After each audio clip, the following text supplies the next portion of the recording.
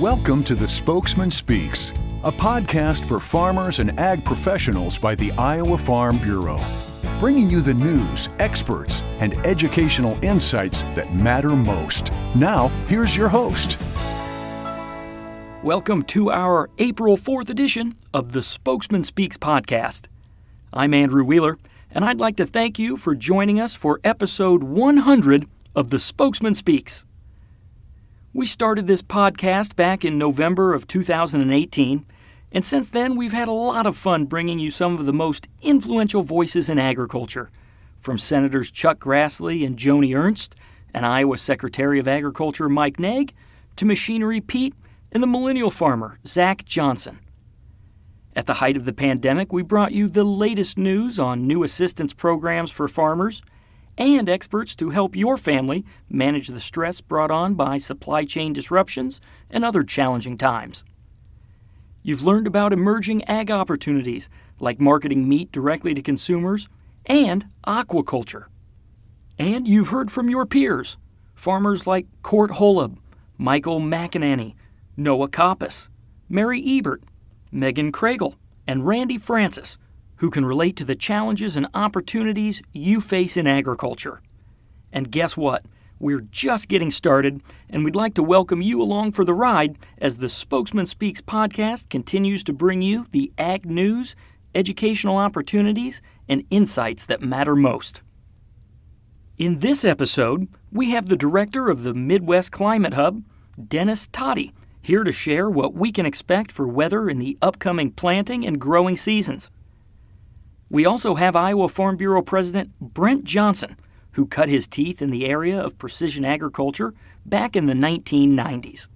So we're going to have a conversation with Brent about the evolution he's seen in precision ag and conservation over the years and what he sees coming next. Let's start with Dr. Dennis Todey, who offers us some insights into the precipitation we can expect for the upcoming growing season. New spokesman reporter Bob Bion called Dr. Todey last week to get the latest. We'll let Bob take it from here.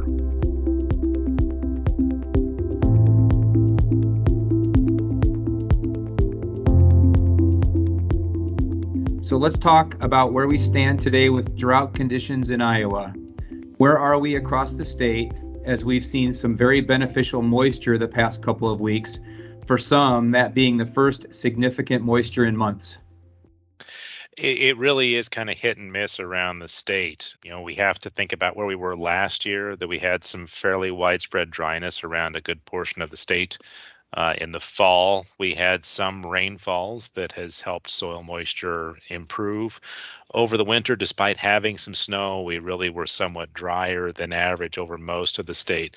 So we're in a situation right now, if we look at the U.S. Drought Monitor, we have a mixed bag of conditions, more dryness in the west to northwest and in the northeast. And the northeast is kind of a carryover from last year, but that has been improving little bit by little bit as we've had some of these rains. Rain's been focused more on the southeast, so it's helped improve the southern and southeastern part of the state.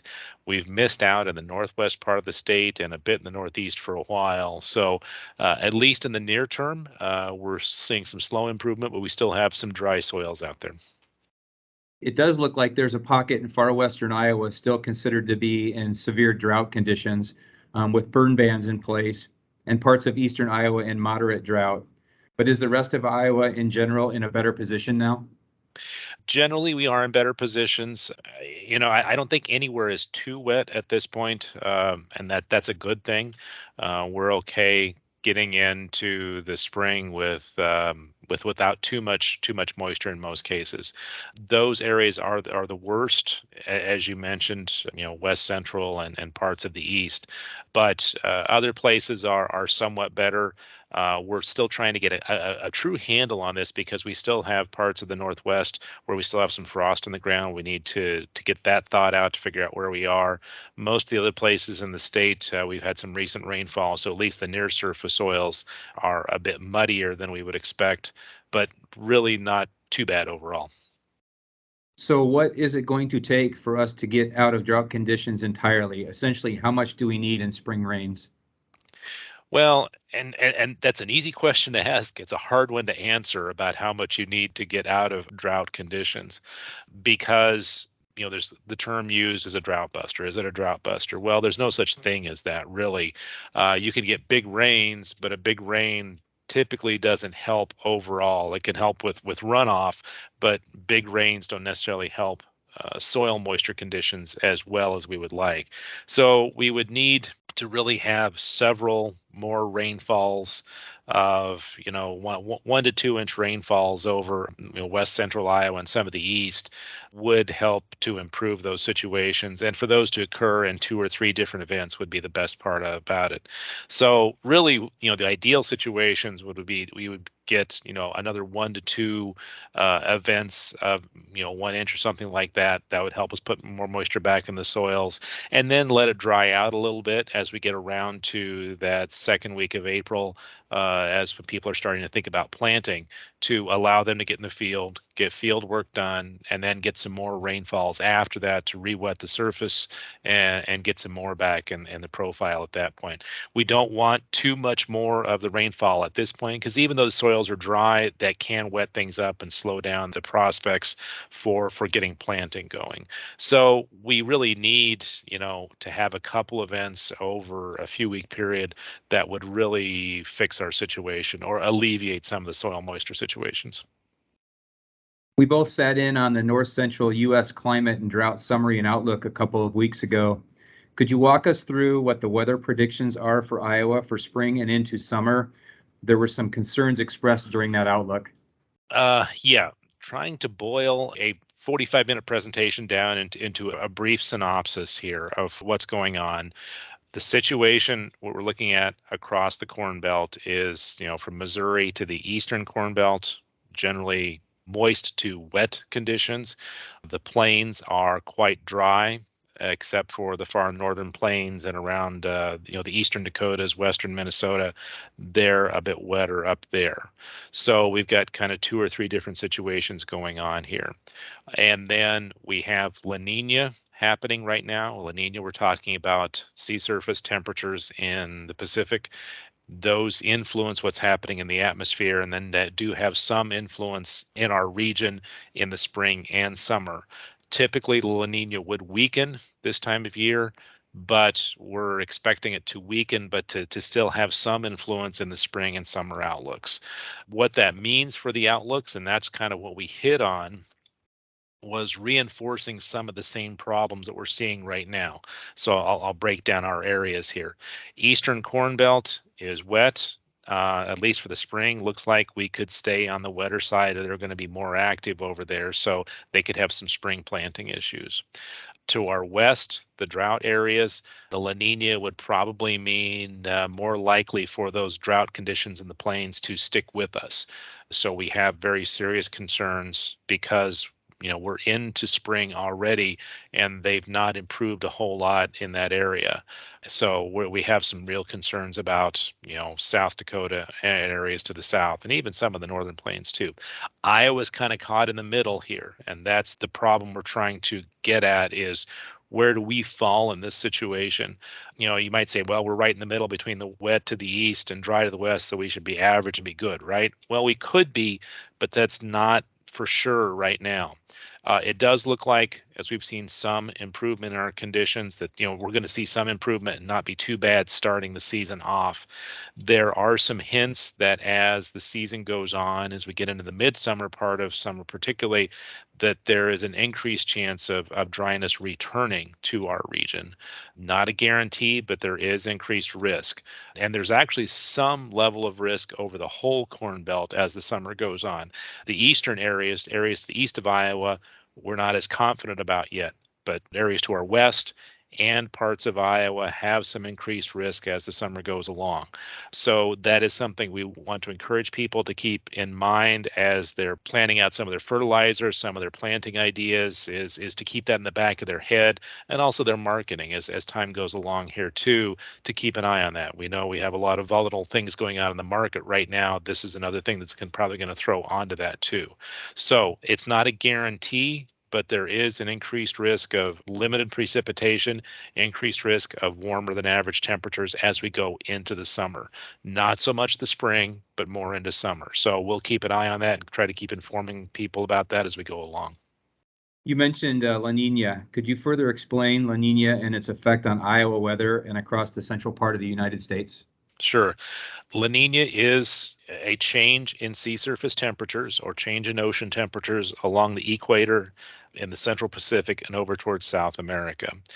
It kind of connects with the atmosphere. The ocean temperatures change and things change in the atmosphere. They somewhat work together. They have larger influences in the Pacific and in South America. You've heard some of the things going on in South America. Those are more directly connected because they're closer to where the sea surface temperatures are. We are a bit more removed from where those changes occur, so the direct consequences are not as clear-cut, but there are some things that we can pull from looking at previous La Nina events. These usually are stronger, are more influential in our winter, but they do have influence in our summer. If you look back at some previous La Nina events during the summertime, we've had some not so good years.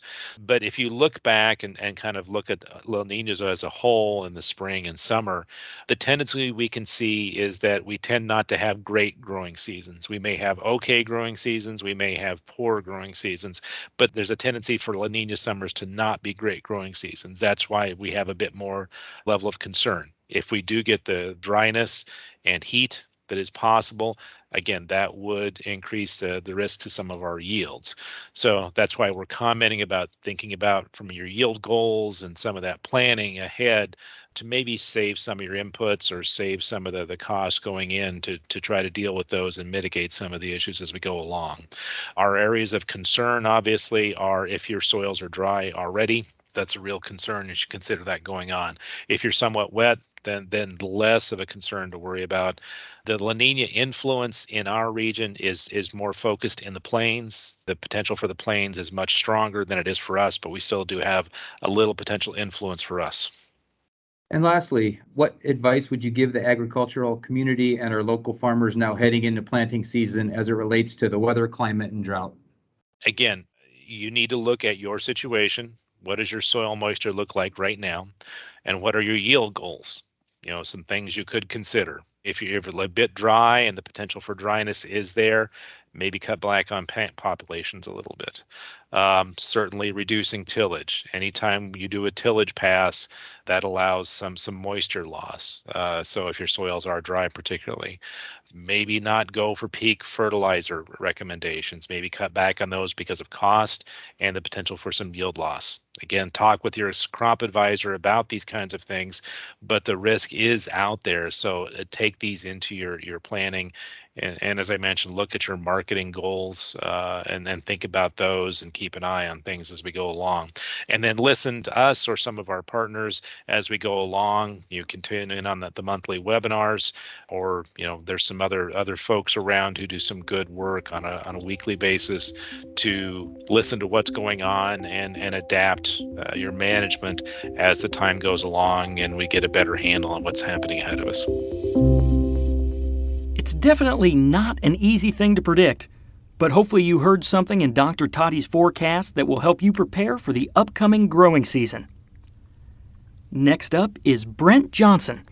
Brent's been on the job as Iowa Farm Bureau's president for the past few months, so we wanted to touch base with him and take some time to reflect on a couple of topics that he knows well: precision agriculture and conservation.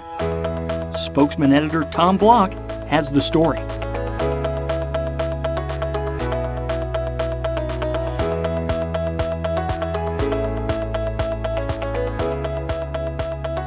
Brent, it's been almost 4 months since you were elected as Iowa Farm Bureau president.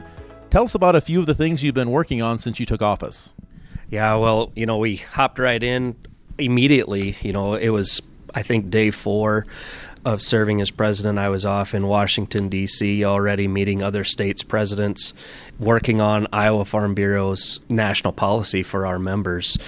Shortly thereafter, met with the president, was able to talk to him directly, one-on-one, about cattle price transparency issues.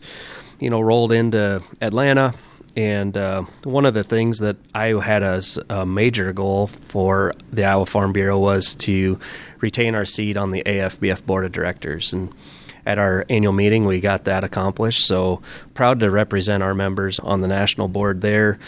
It's been filled up with other meetings, ag leaders, young farmers, county meetings. Of course, we had the basketball tournaments. One major thing that we did get accomplished already in the first 3 months was buttoning up the privatization of our insurance company. So, there's a lot of behind-the-scenes things that are just as important as everything that's up front as well.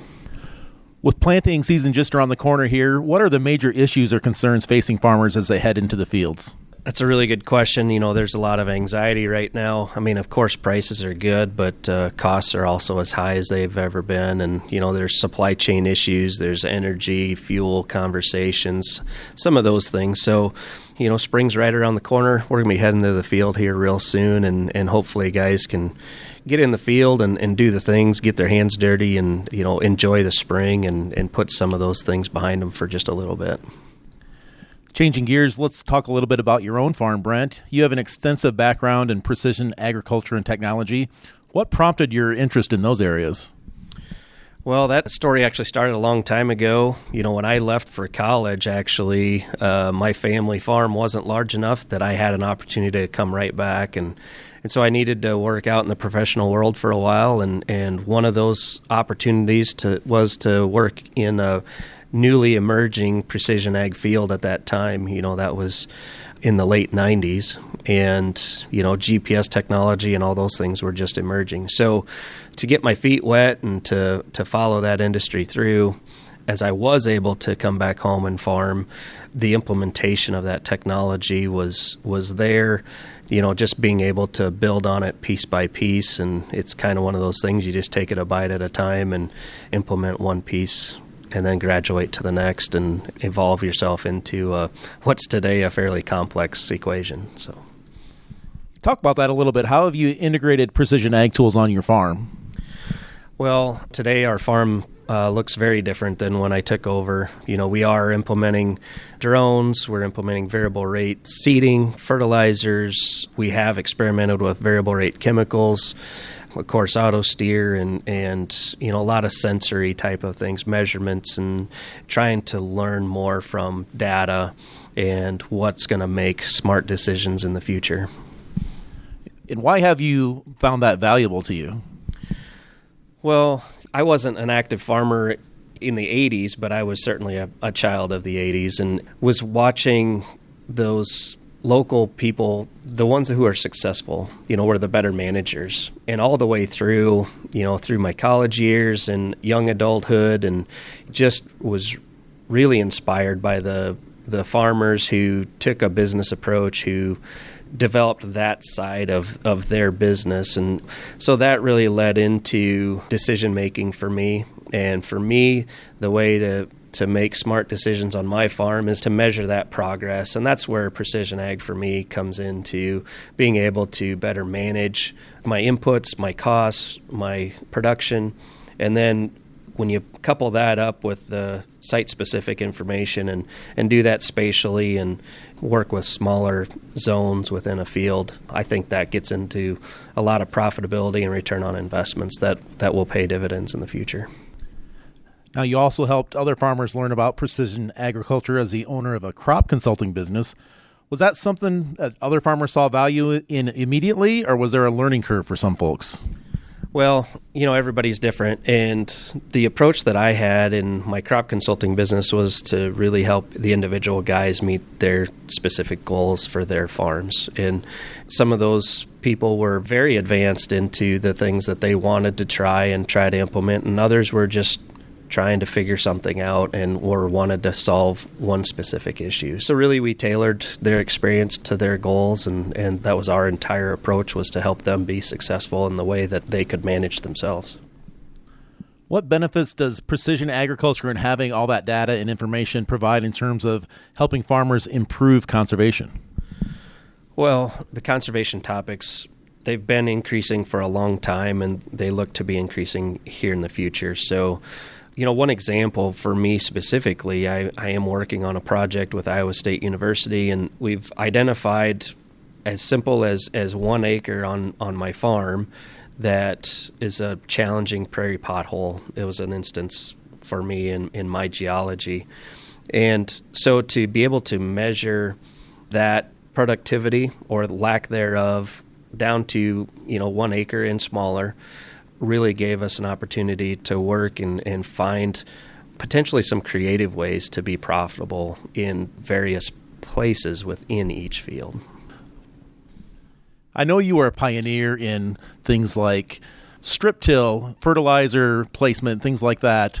How does that help, I guess, both efficiency and conservation? Yeah. No, that's a great question. Conservation isn't just cover crops and precision ag. I mean, it's tillage practices. It's the whole thing. And as you said, strip tillage for me, it was a way towards reduced tillage. And I coupled that up with the application of fertilizers inside that strip. So for my operation, it worked really well in the fact that I could create a higher density nutrient zone for my plants to be growing in, and to variable rate those multiple products within that strip gave me a better opportunity to be profitable. In my part of the world, we have high pH issues. So to offset some of that, sometimes you really need to push some fertility, and that zone, that strip, allowed me the ability to get that goal accomplished without applying a lot more tons per acre because it is in a concentrated area. And again, your experience working with other farmers, and you covered a fairly broad geography. How did you find Iowa's diverse geography? What works maybe on your farm on the prairie potholes might not work for some of the other clients you dealt with? Yeah. Well, that's really important, actually. The geology for Iowa is quite diverse. You move north to south specifically. The coasts of Iowa are very different than the center as well. And every part of the state has its opportunities and its challenges. They're unique, and that's why there is such a diverse way of farming throughout the entire state of Iowa. The things that work in northern Iowa don't necessarily work in southern Iowa, and vice versa. So to sit down and actually have a detailed conversation with those producers, figure out what their goals are, what their challenges are, and find a solution that they're willing to work for, that was what we were interested in doing. You mentioned farmers are doing some on-the-ground practices as well, cover crops, buffer strips. How have you seen those practices evolve over time as a farmer and as the owner of your crop consulting business?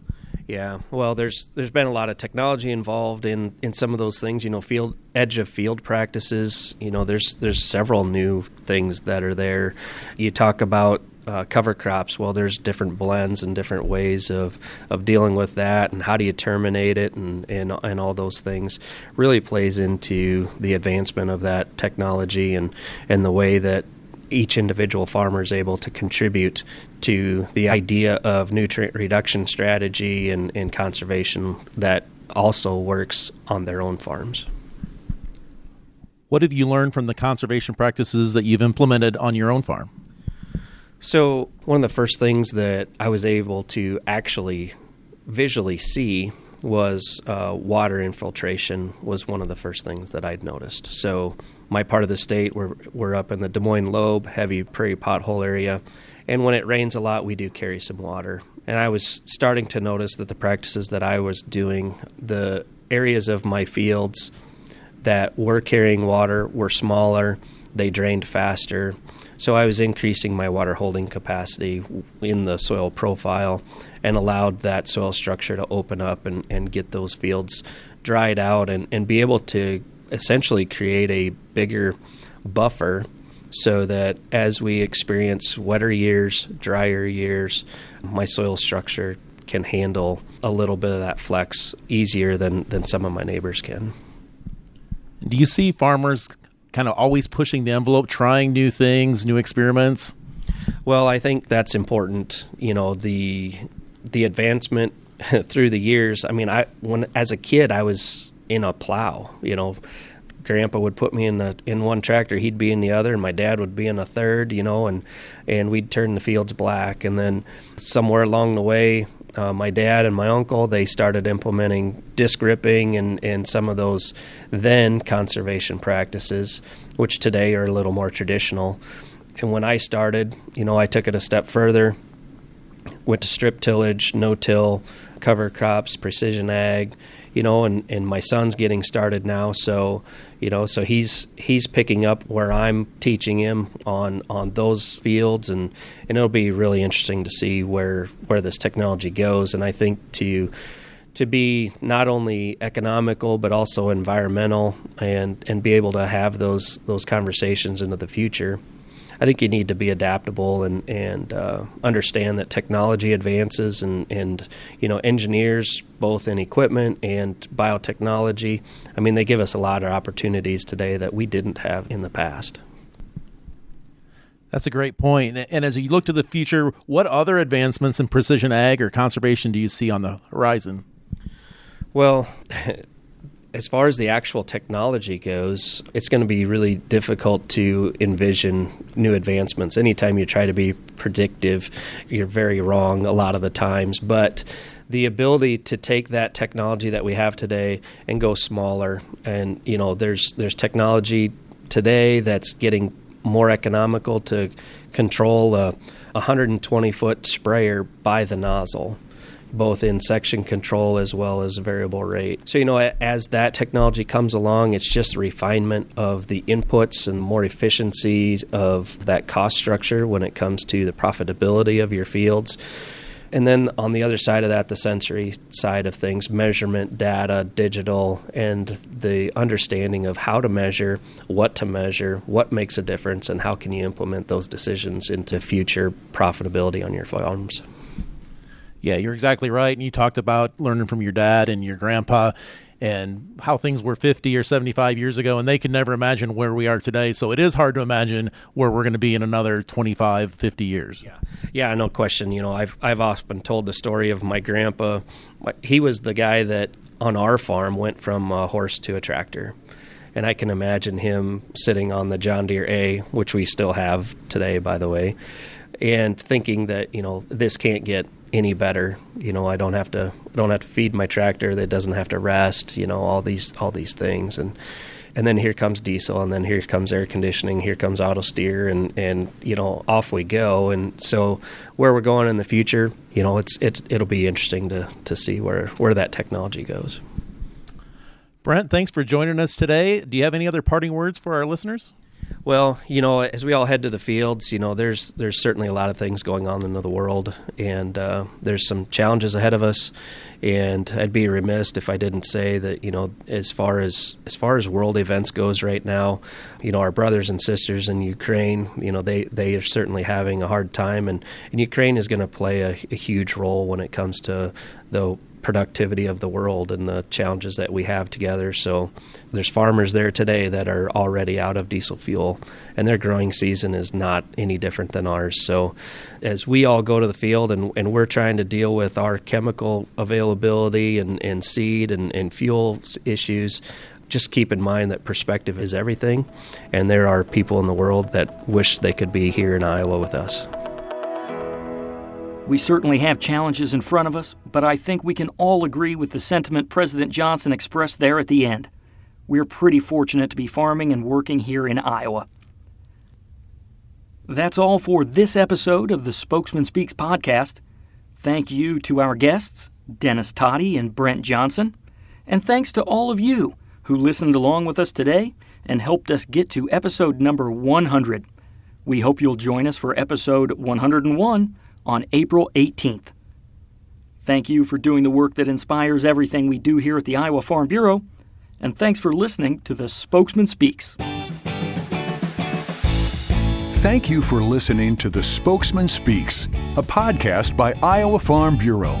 Check out more podcast episodes at iowafarmbureau.com/podcast. You can also find and subscribe to the Spokesman Speaks podcast in the Apple Podcasts app, Google Podcasts, Spotify, iHeartRadio, and other popular podcast apps. We appreciate your ratings and reviews, and we welcome you to email us your feedback at podcast@ifbf.org.